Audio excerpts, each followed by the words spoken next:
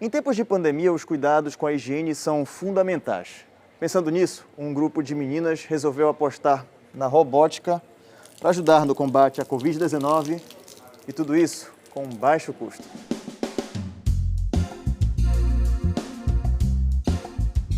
Abrir uma torneira sem toque não é nenhuma novidade, né? Com certeza você já deve ter visto isso em algum dispositivo. Mas uma torneira que funciona com um sensor de movimento de baixo custo, essa ideia a Camila começou a desenvolver.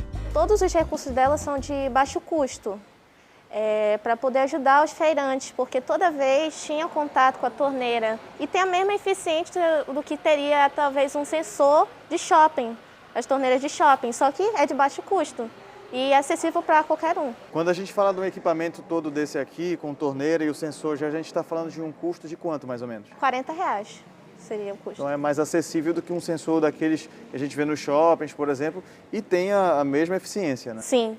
Como é que foi montar um negócio desse aqui? Foi interessante, porque eram recursos que são simples, que poderiam ser usados em outras áreas. Como, por exemplo, o infravermelho, que ele é muito usado para o sensor, a válvula que libera água e o módulo relé, que ele meio que fica a programação do tempo, que seria para liberar a água. Em meio a uma pandemia que determinou que o contato é algo que deve ser evitado, qualquer ideia como essa é bem-vinda. É um projeto barato, a gente está esperando que ele se popularize, que alguém venha comprar essa ideia e ajude a divulgar ele nas feiras, para ajudar os feirantes em si e também para reduzir esse risco de contaminação pelo Covid-19 nas feiras.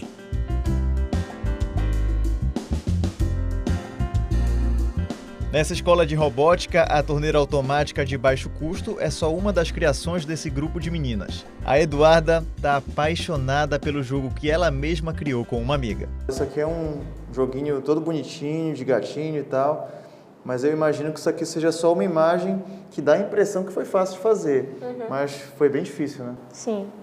O primeiro projeto começou quando eu entrei na robótica, que o professor tinha feito um desafio, que era para a gente fazer um jogo. Eu, junto com uma amiga minha, a gente meio que fez uma história de um gatinho chamado Plog e que ele gostaria muito de doces e o objetivo do jogo seria pegar os doces.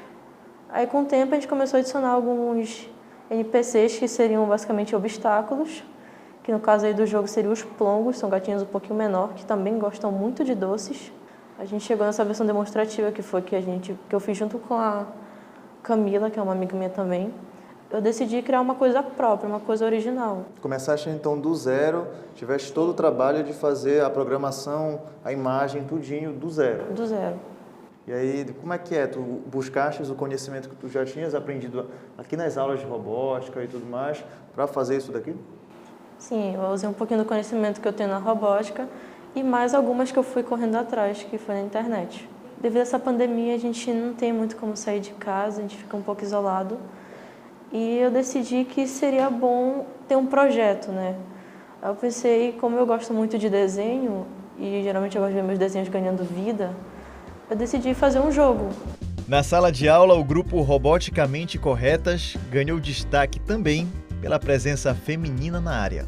Precisa ter mais meninas para inserir nesse assunto e nesse assunto de tecnologia, da robótica.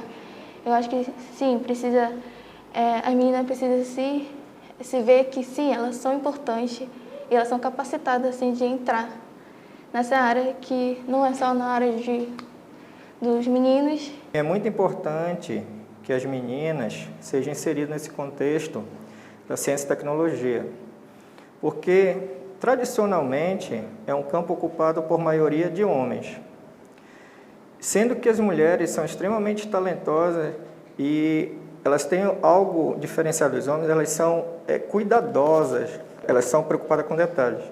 Então é de extrema importância que as mulheres também estejam atuando nas áreas tecnológicas. As mulheres têm que programar robôs, as mulheres têm que programar games, as mulheres têm que construir máquinas. Tá bom, para não dizer aqui também que a robótica é coisa só de menina, dá uma olhada no recado dessa dupla que criou um dispositivo que libera álcool em gel por movimento. No período da quarentena, nós desenvolvemos um dispenser de álcool em gel que funciona com sensor de presença. Pesquisas mostram que o vírus da Covid-19 pode ficar até 3 dias de superfícies plásticas. Foi com essa ideia que criamos o nosso protótipo. E o nosso novo protótipo será mais acessível por conta do preço dos outros microcontroladores que iremos usar. Clara, 14 anos, já é apaixonada por robótica. Eu comecei a estudar robótica porque eu achava muito interessante, porque eu desenho, então queria tentar de uma certa forma botar, misturar desenho com tecnologia. Então comecei a estudar robótica para saber os fundamentos, para como se faz um jogo e essas coisas. Hoje tu tens 14 anos, ainda tem muita coisa pela frente para estudar, né? Mas é uma área que tu pretendes ingressar numa faculdade voltada para isso, trabalhar com isso no futuro? Olha, talvez sim, porque eu tenho muito interesse em fazer ciência da computação, mas também tenho interesse em fazer design gráfico. Então, talvez sim, talvez ingresse numa profissão sobre tecnologia. O que tu mais admira nessa área? Eu acho que a forma que a tecnologia avançou hoje em dia, eu acho que eu admiro a forma como os profissionais hoje em dia têm essa capacidade tão rápida de avançar os estudos. E eu comecei a estudar robótica por causa disso. Eu acho muito interessante como eles programam os jogos.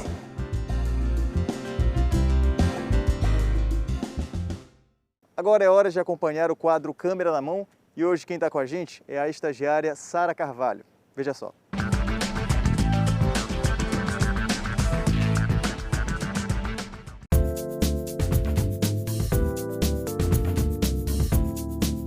Os planos de ser médica, a Mihaela até tem, mas o amor pela robótica, por enquanto, está falando mais alto. Não demorou nem um ano recebendo aulas e ela já criou um game. No início da pandemia, eu estava querendo bastante criar um jogo e eu vi que tinha como. Criei no mesmo dia que eu pensei em fazer. O jogo foi criado como lição de casa da turma de robótica. O ponto de partida foi a orientação do professor, que enviou um programa e serviu de base para o projeto.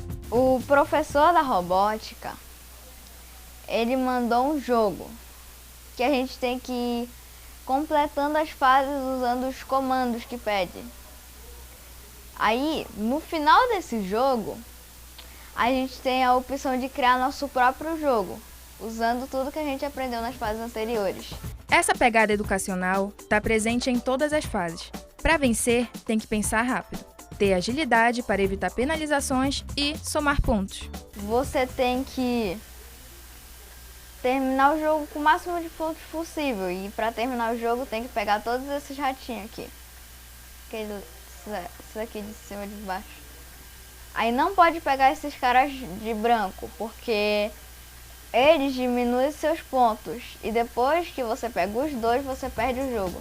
Pode parecer brincadeira de criança, mas os pais da Mihaela já perceberam quanto as capacidades educativas podem ganhar aquele gás de forma lúdica, do jeito que os mais novos gostam.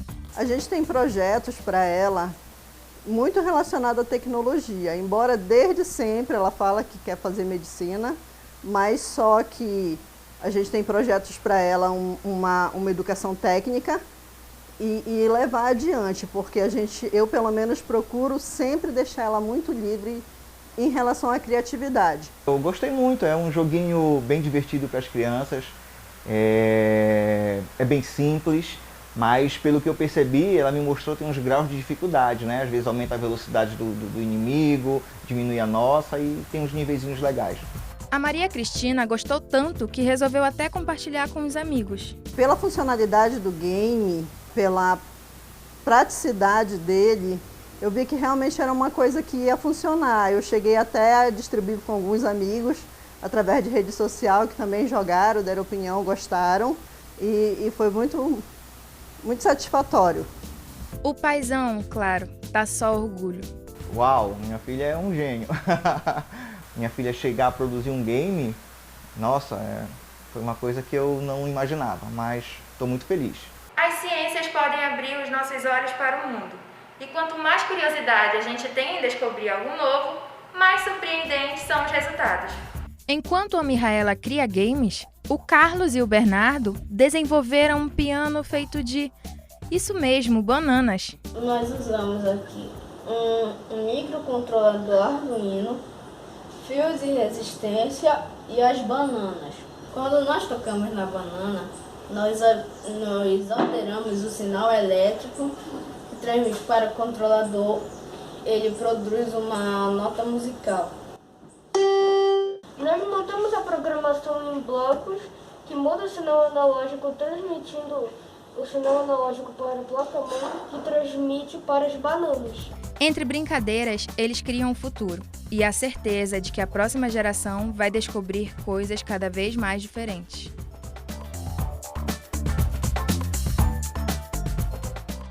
Desde criança eu sempre fui apaixonado. Eu gostava de olhar as estrelas à noite, sempre fui apaixonado por teorias relacionadas aos astros, buracos negros principalmente, eu achava muito lindo. Vindo ao planetário, a gente desperta esse interesse para o ensino de astronomia e conhecer um pouco mais sobre astronomia.